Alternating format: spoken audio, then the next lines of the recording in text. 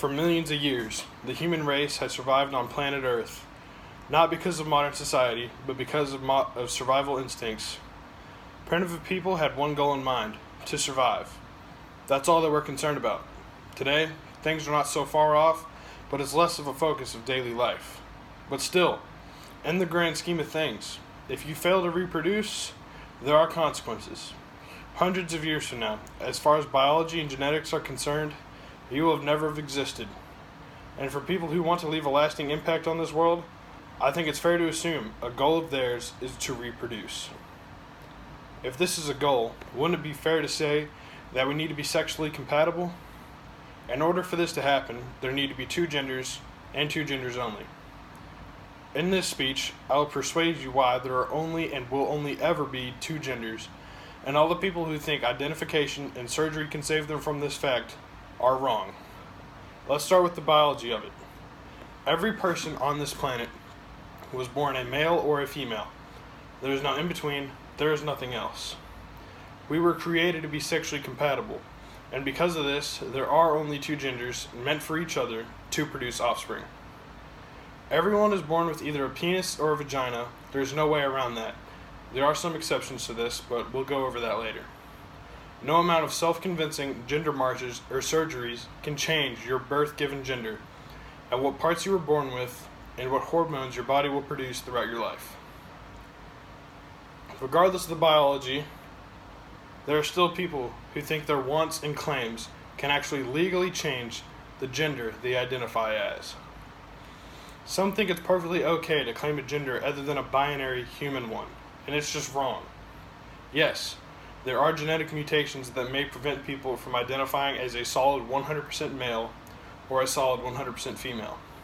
But we do not use statistically insignificant figures to define the entire population. For example, how many fingers and toes we are taught each human has in biology class.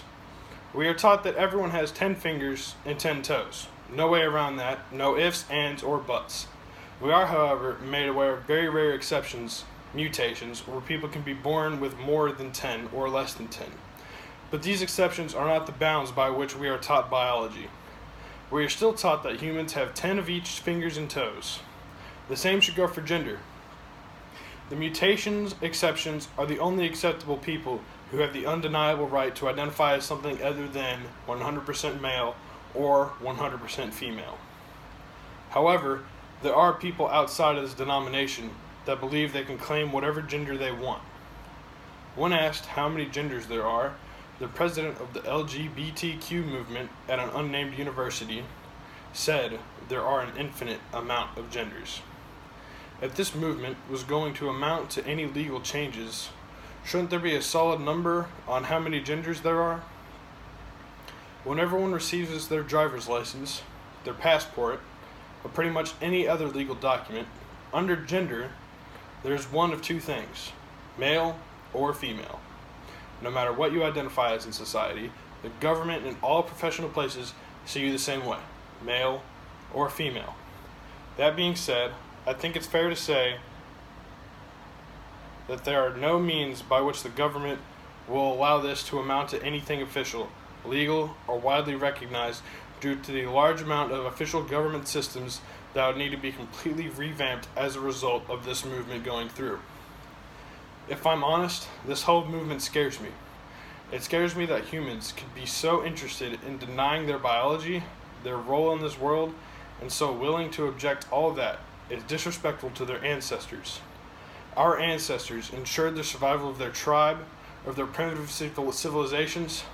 Our ancestors fought war and died for their country, so people today can identify as a toaster? That's just messed up. I challenge you to think about your stance on this movement. While it may seem insensitive to reject this movement, we cannot conform to what these people want. It's not human, and it's not healthy for the human race to adopt such beliefs. Hopefully, one day, us humans will realize and come to our senses that we're not bobcats. We're not toasters. We're not attack helicopters. We are male and we are female humans. Yes, there are people who want to and do identify as a bobcat, who identify as genderless, when they were indeed born with sexual organs. but who cares what they want to identify as?